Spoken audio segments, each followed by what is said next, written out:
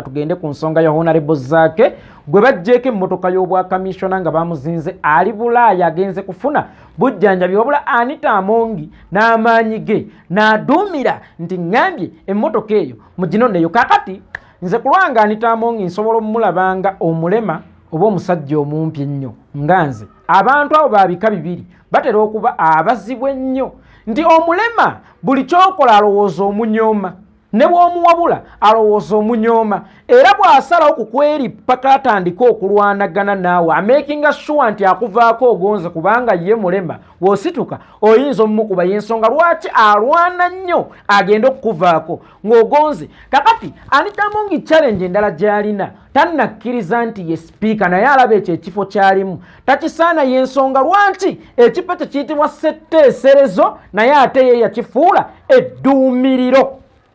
Ekifo kiyitibwa ssetteeserezo naye ate ye Anita Amongi yakifuula edduumiriro. Ze ngamba nti oba Anita Amongi yalibadde mulungi n'abeera kammanda wa ame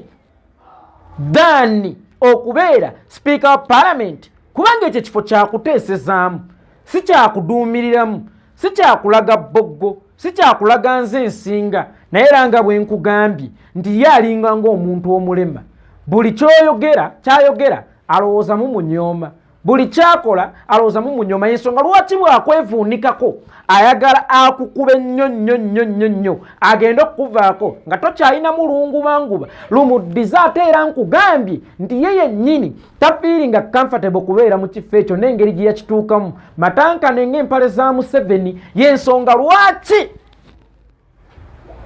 ayagala bafugira ku mukono gwa kyuma takyayagala kuteesa nabo kubanga akimanyi bamunyooma kiringanga naye bw'onaabeera n'omukyala gw'omanyi nti wabba mubbe buli budde oba omwekeka buli budde obeera omaguka bw'atabaawo oba ali ne Peetero bw'atabaawo oba ali ne gundi kale ne weesanga ng'ekigenda okuleetera Anita Amongi obuzibu kumaguka nabutekkiririzaamu na kubeera muntu mulema ow'obwongo oba osanga nti akimanyi nti bano bakulembera bamusinga okutegeera y'ensonga lwaki asazeewo aleme kuba ku byantegeera abakubye maanyi naye Anita Amongi singa amaanyi gaali galya mwana nga ow'obuwala Anita singa embazzi ewaata wama honorable zake ze nganze Yekolera Itongwa badde nsaba nkuwabulemu akantu katono nnyo nti olina omukisa abasajja bano bagezezzaako okutwala obulamu bwo emirundi egitakka wansi w'esatu n'okudda waggulu naye omulundi guno baba batutte mmotoka Wolan nange nateera obukulembeze bwa parliament eyo era wazzemu ne buvoola ne buyisa olugaayu musiga eddamuzi kubanga nga bw'omanyi amasiga gonna asatu galina okubanga geetengerera nga bw'omanyi nti institution ly'eggwanga lyaffe zaffe ezisinga zonna kati ddyo essiga erikola amateeka lyasazeewo okulaba nga liyisa olugaayu musiga ate eryandibadde erya judiciary mu mbeera eyo nti nina omusango mu court of appeal okwapiiringa eyo byonna ebyaliwo mu parliament nga banzijawo era omuntu bw'okola appeal kiba kitegeeza nti status quo erina okubeera maintained byonna ebyakolebwa birina kubanga bisigalawo paka nga kooti ewadde ensala yaayo. Naye munnange bo waliwo abamanyi nti balina amaanyi mangi nnyo abakulembeze ba palamenti eyo abakulemberwamu omukyala Anita Amongi n'asalawo akozesa eryanyi n'akozesa bakomando be baamuwa n'abateeka mu drone omukuvaaniza palamenti awo ya drone emmotoka ne bagikozesa ne bagitwala paka mu maka gange enalumunye olwokuba nadde nakabawandiikira nti ngenda kuba nfulumye ogenda okukola annual medical review kwebyo byenze mpitamu trauma zenze nfuna mu mbeera gye babadde bantulugunyaamu ko ye naye kakozesa omukisa ogwo antuuseeko eryanyi era n'agenda n'akozesa olukujjukujju be yasanze waka ne babatiisatiisa ne babaguzaawo ne bakwata emmotoka nga bakozesa bakomando bebakozeseza bwe baamuwa bakozesa abeSFC abo aba city counter terrorism ne bakwata emmotoka ne bagijjayo wamu n'ebintu byange byonna yabadde emmotoka ne babitwaliramu ekintu ekikyamu ennyo ekiraga ejjoogo ekintu ekiraga nti bo balaba nti bali waggulu w'amateeka era nga bulijjo badde bakola era bulijjo mbadde nnenze bakole ekintu ng'ekyo kiragire ddala empisa embi wamu n'embeera eragira ddala nti nno munnange bo balina akakuku kunze era balagira ddala nti nno nze sina kubeera memba munnaabwe awo ku palamenti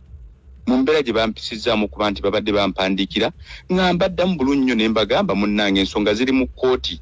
muleke kkooti esooka esalewo mukola bye mwagala okukola bwe baba batutte mu mmotoka kakkana kasita bakulekedde obulamu ffe tetwajja kulwanirira bifo mu palamenti nti oba bwa kamishona